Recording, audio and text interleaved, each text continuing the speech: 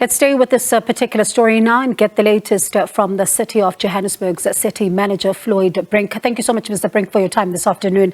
There were several scenarios that, were being presented about what could have possibly happened here. An ignition of methane gas in underground stormwater systems due to sewage ingress was one of them. But I wonder, what have the investigations revealed so far, if there's anything new?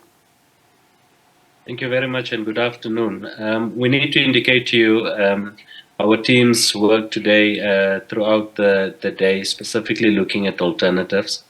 So when we detected the 110 millimeter asbestos lines, that particular gas, when it was tested, we then had to send that specifically to a laboratory in order for us to be able to be clear exactly where it's from and where it is and what it's transporting to.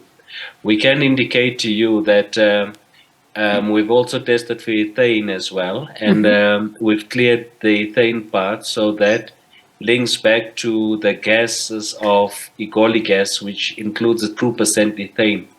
So for now, it's really for us to wait for those results to be returned from the laboratory.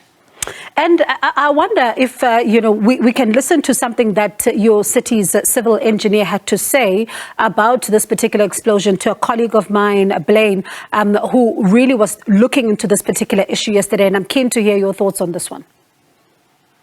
Yeah, so it is quite clear. Look, our technical team has been...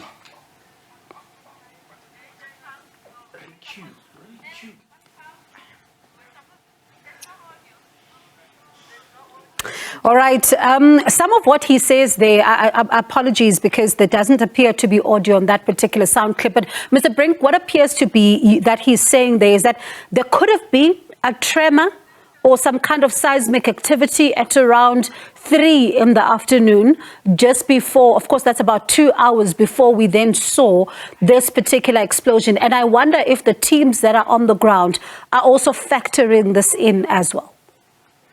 The teams are definitely factoring that in. I can clearly state to you the test that we are doing and the leak detection is not just happening in Lilian Ngoyi, but it's also in the surrounding areas. And it's correct that our teams are also focusing on the surrounding areas like the court building and the court precinct, because that is also where we had an issue with one of the manholes. Look, we are really in the hands of the laboratories. We are waiting for test results. And it becomes then very difficult to deploy teams into specific areas if we are not sure what is happening in there. And once we are not sure, it becomes difficult then because it remains unsafe even for our own employees. And I wonder, how much of a proactive approach is now being taken by the city to ensure that maybe some of the other areas that could have some of these gas pipelines are then, monitored, detected. So how much of work is going into this now? Yeah, so there's quite a lot of proactive work, even from our side of disaster management and our EMS, but also from the side of Ngoyi gas. We must indicate we are working closely with them and their teams.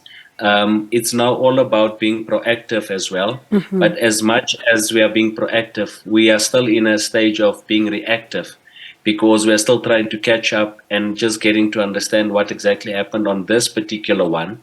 But I mean, going forward, there should then be clear disaster preparedness and disaster recovery plans in place for us. Has electricity and water been restored? Unfortunately not. And you would recall that we indicated that we would do it by today. The reason why we've missed it is that today we spend a lot of time also just specific fact-finding on the notice, the prohibition notice that we've received from Department of Labor. We are now clear, we are all on the same page. But except for that, there's still certain areas within this particular road, Lilian Ngoyi, that is not declared safe by our technical staff. And like I've indicated, we are still waiting for some of the results. So it's a catch-22 for us. Like I've indicated, it becomes very difficult for us. One, we've got pressure from the residents there. We feel for them and we understand the fact that they do not have electricity.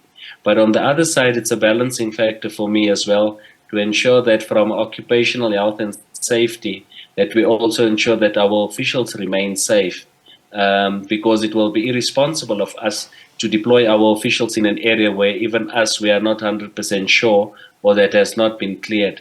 And that is the reason why we're looking at different alternatives. So from the side of Joburg Water, we've managed to deploy chemical toilets, water tankers are roaming in that area, Jojo tanks and so forth. We are also servicing those chemical toilets. On the side of the electricity, it's not much that we can do, but we are providing also warm meals. We are working with other NGOs that are also coming through and assisting and helping and providing. And how much time would you say maybe then, because it sounds like there's still quite a lot of work that needs to be done, could residents maybe expect these to be restored? So I must be honest with you, the teams are on standby for Joburg Water as well as City Power. The only dependency is really to declare the area safe.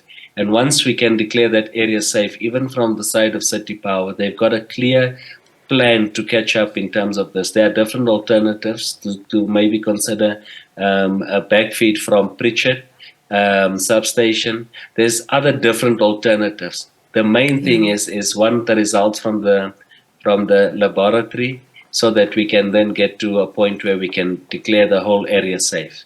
Very briefly, we're out of time. How concerned are you about all of this work that is taking place, and of course the length of time, which a lot of it is out of your hands, that it's taking to get everything back on track, because this is one of your busiest streets and you're looking at, just the economic activity in the city now?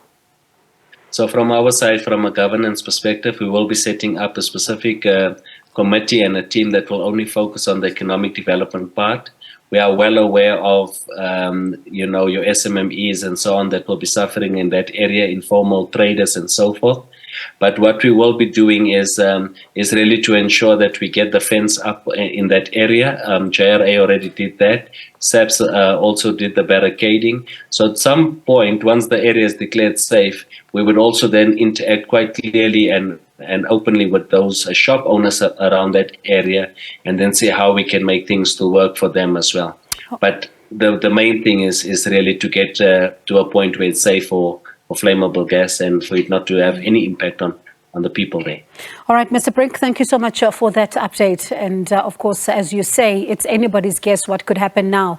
The priority is for everything to be declared safe. But thank you for that. That is the City of Johannesburg's City Manager, Floyd Brink.